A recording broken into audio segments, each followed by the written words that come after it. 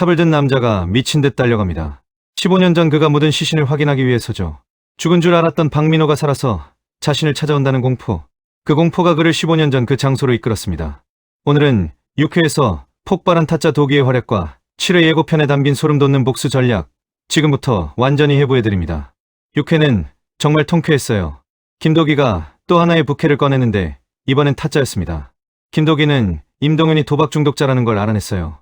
그가 자주 다니는 곳이 장례식장인데 조문하러 가는 게 아니라 장례식장으로 위장한 불법 도박장이었던 거죠. 도기는 최주임과 함께 그곳에 잠입했습니다. 그런데 최주임에게 숨겨진 능력이 있었어요. 3년간 신차 개발 연구소에 갇혀 지내면서 화투 실력을 연마했다는 겁니다. 장례식장 화환에는 이런 문구가 적혀 있었어요. 삼가 베팅의 기회를 드립니다. 확률 속의 로맨스, 센스 넘치는 연출이었죠. 도기는 호구처럼 행동하며 임동현의 시선을 끌었습니다. 돈을 잃으면 고은에게 달려가 다시 받아오고 또 잃고 또 받아오고 완전히 돈 많은 바보 같았어요. 임동현이 방심한 틈을 타서 도기는 승부수를 던졌습니다.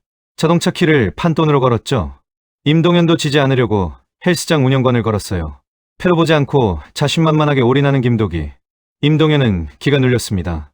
결국 승부에 응했고 결과는 김도기의 완벽한 승리였어요. 광땡을 쥐고 있었던 겁니다.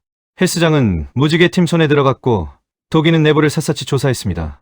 그리고 발견했죠. 사장실 안에 숨겨진 비밀의 방을. 그 안에 들어가자 충격적인 광경이 펼쳐져요. 여러 대의 모니터가 배구 경기를 실시간으로 보여주고 있었어요. 이게 뭘 의미하는지 바로 알 수 있었죠. 승부 조작이었어요. 구조는 이렇습니다. 임동현이 이 비밀 공간에서 불법 온라인 스포츠 도박 사이트의 베팅 흐름을 지켜봐요. 그리고 조성욱 감독한테 연락을 합니다. 조성욱은 매수한 선수 정현태한테 신호를 보내죠. 정현태가 일부러 실수를 하거나 제대로 뛰지 않으면 경기 결과가 바뀌는 거예요. 6회에서 배구 경기 장면이 나왔잖아요. 정현태가 리베로인데도 제대로 수비를 안 하는 모습이 나왔어요. 팀 동료들이 뭐하냐고 따졌는데 조성욱 감독은 오히려 정현태를 감싸더라고요. 다른 선수들이 이상하게 생각할 수밖에 없죠. 15년 전 박민호가 왜 죽었는지 이제 그림이 그려져요. 민호는 배구부 주장이었어요. 총망받는 선수였고요.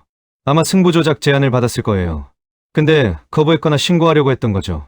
그래서 임동현이 폭행했고 조성욱이 마무리한 거예요. 나코름에서 폭행했고 조성욱이 직접 민호를 어딘가에 묻었습니다. 시신은 15년째 발견되지 않았죠. 그런데 여기서 끝이 아니에요. 박동수가 아들의 죽음을 파헤치다가 이 승부 조작 조직의 존재를 알아낸 거예요. 필사적으로 자료를 모았어요. 그런데 이걸 조성욱이 눈치챈 거죠. 그래서 박동수를 제거하려고 한 겁니다. 박동수는 치매를 앓고 있어요. 15년 전 교통사고 후유 중이었죠. 현재를 인식하는 시간이 30분도 안 된대요. 조금만 지나면 대화조차 불가능한 상태예요. 근데 박동수는 매일 같은 꿈을 꿔요. 교통사고 당하던 그날에 이르려 아들 민호가 갑자기 나가버렸고 그를 찾으러 도로로 나갔다가 차에 치였던 그 순간 꿈속에서 박동수는 차량 번호를 보려고 애를 써요. 근데 흐릿해서 잘 안 보이는 거예요. 그리고 꿈에서 깨죠. 장성철이 박동수의 노트를 발견합니다. 박동수는 자기가 제정신이 드는 횟수가 점점 줄어든다는 걸 알고 있었어요. 그래서 꿈을 꾸고 기억나는 것들을 매일 적었던 거예요. 아들의 사소한 특징부터 사고 나기 전의 꿈까지 매일 아들한테 미안하다는 글. 그걸 보는 장성철의 마음이 얼마나 아팠을까요? 노트를 보던 중 나무벽에 숫자들이 가득 적힌 걸 발견해요. 4개의 숫자, 차량 번호일 가능성이 높았죠. 장성철은 민호의 시계를 박동수 손목에 채워줍니다. 아들의 시계를 보면 뭔가 기억이 날 거라고 생각한 거예요. 박동수와 민호는 둘만의 비밀 신호가 있었거든요. 멈춰있는 시계에 비밀번호를 기록해두는 방식이었어요. 그날 밤 박동수는 다시 꿈을 꿔요. 근데 이번엔 달라요. 마치 아들이 도와주는 것처럼 차량 번호판이 선명하게 보이는 거예요. 박동수는 눈을 뜨고 일어나서 민호의 시계를 풀어요. 그리고 거기에 차량 번호를 남깁니다. 기적 같은 일이었어요. 장성철은 그 번호를 조회합니다. 그리고 충격적인 사실을 알게 되죠. 박동수를 친 차량의 주인이 조성욱이었던 거예요. 6회 엔딩에서 천광진이 처음 등장합니다. 버려진 수영장 같은 곳이 아지트예요. 투견을 벌이고 있는 모습이 나와요. 타갈로거를 쓰는 걸 보니 필리핀에 본거지를 두고 있는 것 같아요. 천광진은 이 모든 걸 설계한 인물이에요. 조성욱이 대학 감독이 될 수 있었던 것도, 임동현이 죄를 뒤집어 쓰고도 겨우 5개월 형을 받은 것도 다 천광진의 뒷배 때문이었던 거죠. 돈의 힘으로 모든 걸 무마시켜버린 겁니다. 조성욱은 선수 시절 실력도 별로였고 코치 과정도 제대로 안 밟았어요. 근데 어떻게 대학 감독이 됐을까요? 천광진이 밀어줬기 때문이에요. 승부 조작을 위해서는 감독 자리에 사람을 심어놔야 하니까요. 임동현도 마찬가지예요. 박민호를 죽인 직접적인 가해자는 조성욱인데 임동현이 죄를 뒤집었었어요. 왜 그랬을까요? 돈 때문이겠죠. 천광진이 임동현한테 돈을 줬을 거예요. 5개월만 감옥 가면 평생 먹고 살 돈을 준다. 이런 식으로 회유했을 가능성이 커요. 근데 지금 이 구조가 흔들리고 있어요. 도기가 헬스장을 빼앗아 버렸잖아요. 임동현은 승부 조작을 서포트할 수 없게 됐고 조성욱은 돈을 받았는데도 제 몫을 못하는 임동현과 갈등이 생겨요. 7회 예고편의 핵심은 심리전이에요. 김도기가 박민호로 위장해서 범죄자들을 압박하는 거죠. 첫 번째 타겟은 정현태예요. 도기는 배구 에이전트 로렌조 킴으로 변신합니다. 외제차를 끌고 나타나서 정현태한테 제안을 해요. 제대로 실력을 발휘하면 거액을 주고 스카우트하겠다고요. 정현태는 고민에 빠져요. 지금까지는 조성욱한테 돈 받고 일부러 못 뛰었는데 이번 기회를 놓치면 프로 선수 될 기회가 날아가는 거잖아요. 결국 정현태는 조성욱의 신호를 무시하고 최선을 다해 뛰기로 결심합니다. 경기장에 앉아있는 조성욱. 정현태가 자기 신호를 안 따르고 제대로 뛰는 걸 보고 미쳐버려요. 누구 짓이냐고 정현태한테 따져 묻죠. 그때 정현태가 손가락을 가리키는 곳에 번 유니폼을 입은 사람이 있어요. 얼굴은 가렸지만 등번호와 체격으로 보면 박민호예요. 조성욱은 충격에 빠져요. 죽었다고 생각한 박민호가 살아있다니. 아니, 그럴 리가 없는데. 근데 눈앞에 있잖아요. 조성욱의 머릿속이 하얗게 변해버리는 거죠. 조성욱은 삽을 들고 야산으로 뛰어갑니다. 아마 15년 전 박민호를 묻었던 장소일 거예요. 15년 동안 숨겨온 죄책감과 공포 때문에 스스로 그곳으로 유인당하는 거죠. 도기의 전략은 명확해요. 물리적인 응징이 아니라 심리적 붕괴예요. 15년 동안 묻어뒀던 죄책감을 공포로 바꿔버리는 거죠. 죽은 사람이 살아 돌아온 것처럼 연출해서 범죄자들을 미치게 만드는 겁니다. 조성욱이 야산에서 땅을 파는 모습이 나와요. 박민호가 정말 거기 있는지 확인하려는 거겠죠. 근데 도기가 그냥 놔둘 리 없어요. 드디어 박민호의 시신이 발견될 것 같습니다. 15년이에요. 15년 동안 아버지가 기다렸어요. 치매로 기억을 잃어가면서도 아들 얼굴을 기억하려고 애썼던 박동수. 이제 아들이 집으로 돌아올 수 있을까요? 시신이라도 찾게 해줘야 하지 않겠어요?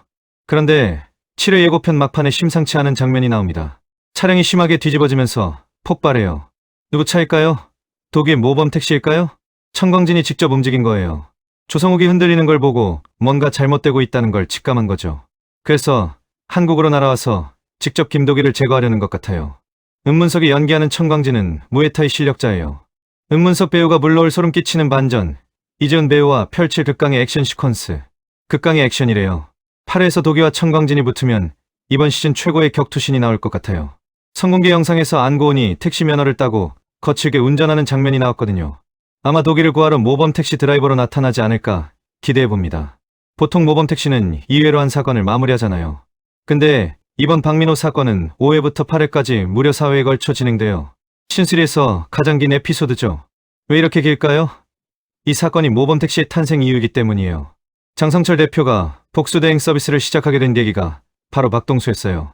15년 전 법정에서 만나서 함께 증거를 찾아다녔는데 결국 실패했죠. 그게 장성철 가슴에 15년 동안 남아있었던 겁니다. 이번 에피소드는 단순한 복수가 아니에요. 모범 택시의 시작점을 완성하는 이야기예요. 그래서 더 공을 들인 거고 은문석 같은 무게감 있는 배우를 캐스팅한 거죠. 빌런 구조도 입체적이에요. 임동현은 졸개고 조성욱은 중간 보스고 천광진이 진짜 최종 보스예요. 3단계 구조로 쌓아 올려서 긴장감을 유지하는 거죠. 7회에서 임동현이 조성욱을 배신하고 도기 편으로 넘어오면 그때부터 진짜 복수가 시작될 것 같아요. 7회는 박민호 시신 발견, 조성욱의 정신 붕괴, 임동현의 배신, 천광진의 등판까지 모든 게 터지는 회예요. 8회에서는 천광진과의 최종 대결이 펼쳐질 거고요. 은문석과 이재훈의 액션 대결. 열혈사제에서 코믹한 악역을 했던 은문석이 이번엔 완전히 다른 모습을 기대합니다. 눈빛은 얼음장처럼 차갑고 폭력은 더 날카롭고 잔인해졌다는 평가가 나오고 있어요. 한편 박동수가 아들을 품에 안을 수 있을까요? 치매로 기억을 잃어가는 아버지와 마지막으로 아들 얼굴을 기억할 수 있을까요? 모범 택시는 항상 통쾌한 복수를 선사하지만 동시에 가슴 아픈 이야기도 담고 있어요. 법이 해결하지 못하는 문제를 직접 해결하는 과정에서 우리가 느끼는 건 단순한 재미가 아니라 현실에 대한 분노와 공감이죠. 15년 전 미완으로 끝난 모범 택시의 첫 번째 사건. 이제 그 끝을 볼 시간이에요. 매주 금요일 토요일 밤 모범 택시는 계속 달립니다. 예고편 분석은 여기까지고요. 7방송 후에는 더 심층적인 리뷰 영상으로 찾아뵙겠습니다. 이 흐름을 계속 함께하고 싶으시다면 지금 구독 버튼 눌러주세요. 감사합니다.